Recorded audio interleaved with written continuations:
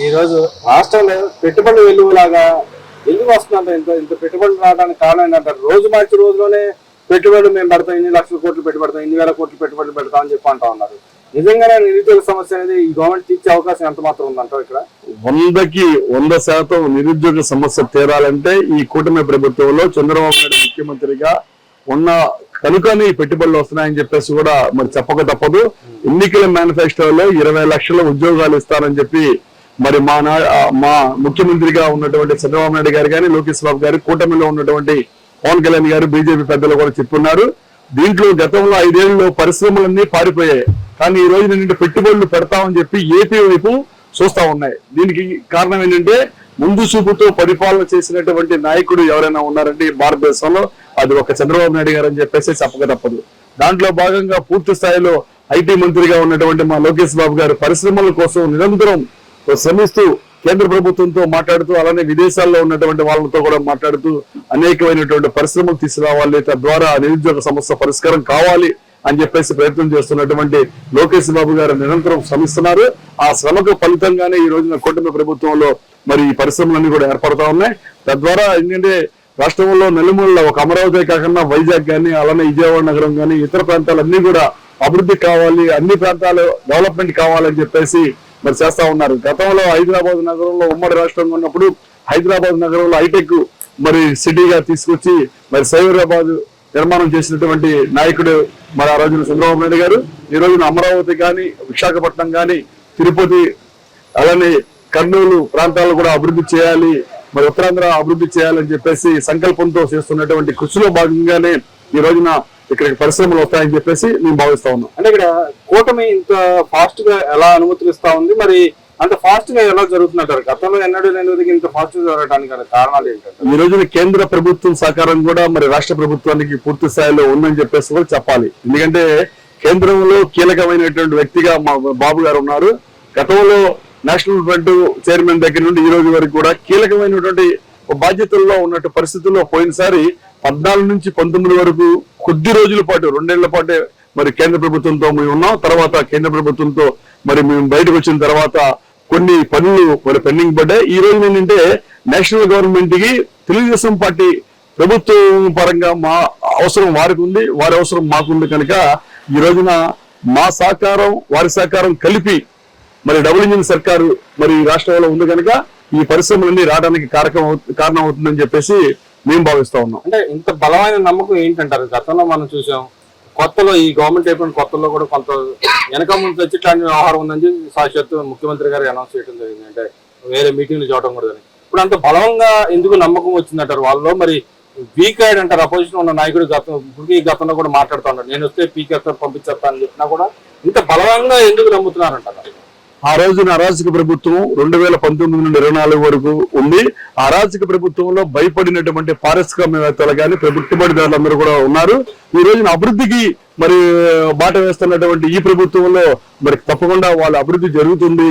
ఈ ప్రభుత్వాలు మరి నేషనల్ గా ప్రభుత్వం మరి చంద్రబాబు నాయుడు గారు వాళ్ళిద్దరు కలిసి డబుల్ ఇంజిన్ సర్కార్ లో ఉన్నారు కనుక తప్పకుండా పరిశ్రమలు డెవలప్మెంట్ అవుతాయి. ప్రభుత్వం పరంగా మనం పెట్టినటువంటి ప్రతి రూపాయికి కూడా నష్టం ఉండదు, ఎటువంటి ఇబ్బంది ఉండదు, ఎటువంటి అరాచకం ఉండదని చెప్పేసి నమ్మకంతో కూడినటువంటిది.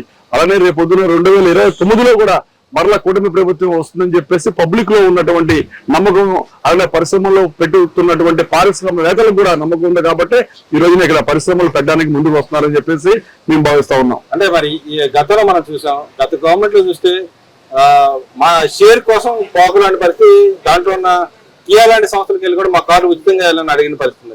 మరి ఇప్పుడు రాష్ట్రంలో పరిస్థితి ఏంటంటారు? ఎందుకని ఇంత మరి అంత ధైర్యం ఉందంట? వారు ఆ రోజున కియా పరిశ్రమ పెట్టిన తర్వాత అక్కడ ఉన్నటువంటి ఎంపీ ఆ రోజున అక్కడ ఉన్నటువంటి మేనేజింగ్ డైరెక్టర్ దగ్గరికి వెళ్ళి ఎలా ప్రవర్తించారో, అక్కడ ఉన్నటువంటి మేనేజ్మెంట్ తో ఎవరో దురుసుగా ప్రవర్తించారో, ఆ పరిశ్రమలన్నీ కూడా మూతపడ్డానికి కోసం. అలానే గల్లా జయదేవ్ గారు మరి బ్యాటరీ పరిశ్రమ ఉండేది, అది కూడా పక్క రాష్ట్రానికి వెళ్ళిపోవడం కారకమయ్యేదో. ఈ రోజున ఏంటంటే ఒక విజన్ కలిగినటువంటి నాయకుడు, విజన్ 2047 అని చెప్పేసి ఒక విజన్ అనేది మరి బాబు గారి కూటమి ప్రభుత్వంలో పెట్టుకున్నారు. ఆ రోజున 2020 ఒక విజన్ పెట్టుకున్నారు. కానీ ఈ రోజున 2047 అనేది ఒక విజన్ పెట్టుకున్నాం కనుక 100% ప్రభుత్వం పైన, ప్రభుత్వం నడుపుతున్నటువంటి మా అధినేత చంద్రబాబు నాయుడు పైన, అవును యువ నాయకులు లోకేష్ గారి పైన, కూటమిలో ఉన్నటువంటి భాగస్వామి అయినటువంటి మా సోదరుడు పవన్ కళ్యాణ్ గారి పైన, నేషనల్ గవర్నమెంట్ పైన నమ్మకంతో అభివృద్ధి చేస్తారన్నటువంటి విశ్వాసంతో ఉన్నది కాబట్టే ఈ రోజున ఇంత స్పీడ్ గా ఇంత పరిశ్రమలు వస్తా ఉన్నాయి. తద్వారా నిరుద్యోగ సమస్య కూడా తొందరగా పరిష్కారం అయింది. రేపు రాబోయే రోజుల్లో మేము ఇచ్చినటువంటి 20 లక్షల ఉద్యోగాలు కూడా అది తొందరలో 5 ఏళ్ళలో కాకుండా రేపు 27-28కే పూర్తవుతుందని చెప్పేసి కూడా మేము ఆశాభావం వ్యక్తం చేస్తా ఉన్నాం. మరి అదే చూస్తుంటే ఇవాళ దేశంలో మన 5 రాష్ట్రాలు ఎన్నిక జరిగిన దాంట్లో భాగంగా తమిళనాడు రాష్ట్రానికి సంబంధించిన అంశంలో కూడా వైసీపీ నాయకులు అమర్ రాంబాబు లాంటి వ్యక్తి మాట్లాడుతూ ఉన్నాడు. పక్క రాష్ట్రంలో కూటమి నాయకుడిగా వెళ్ళి చంద్రబాబు నాయుడు వెళ్ళి అక్కడ ప్రచారం చేశాడు, ఓడిపోయాడు, అక్కడ కూటమి గెలిపించుకోపోయాడు. అదే ఓటమి ఈ రాష్ట్రంలో కూడా నాంది అని చెప్పి మాట్లాడుతాం. నిజంగానే ఆ నాంది పలికారు అక్కడ రాష్ట్రంలో జరిగిన దానికి మన రాష్ట్రంలో ప్రజలు నాంది పలుకుతారంటారా? వీళ్ళు రోజా మరి డిఎంకే స్టాలిన్ గారి దగ్గరికి వెళ్ళి ప్రచారం చేశారు. ఈ రోజున ఎలా ఓడిపోయారో, ఈ రోజు ఎన్నికల ముందు ఒక పార్టీ విజయ్ అతనికి ఈ ఎన్నికల్లో ప్రత్యక్షంగా ప్రచారం చేయాలి. జగన్ అనేవాడు దొంగ ఓడితో ఫోటో దిగుతాడు, మంచి ఓడితో ఫోటో దిగుతాడు. ఆ ఫోటో ఒకటి పెట్టి సోషల్ మీడియాలో మరి వీళ్ళేదో మీరు గెలిపించామంటే అసలు మీరు ఏ రోజున విజయ్తో మీరు ప్రచారం చేశారు? ఏ రోజు మీరు మద్దతు ప్రకటించారు? ఏ రోజున మీరు చేశారు?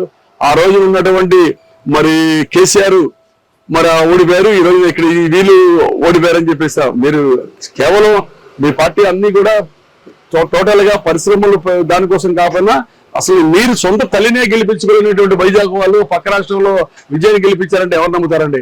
విశాఖపట్నంలో ఎంపీగా మీ తల్లి గారైనటువంటి విజయమ్మ గారిని గెలిపించుకోలేనటువంటి స్థితిలో ఉన్నటువంటి మీరు పక్క రాష్ట్రంలో గెలిపించేంత సత్తా ఉందా?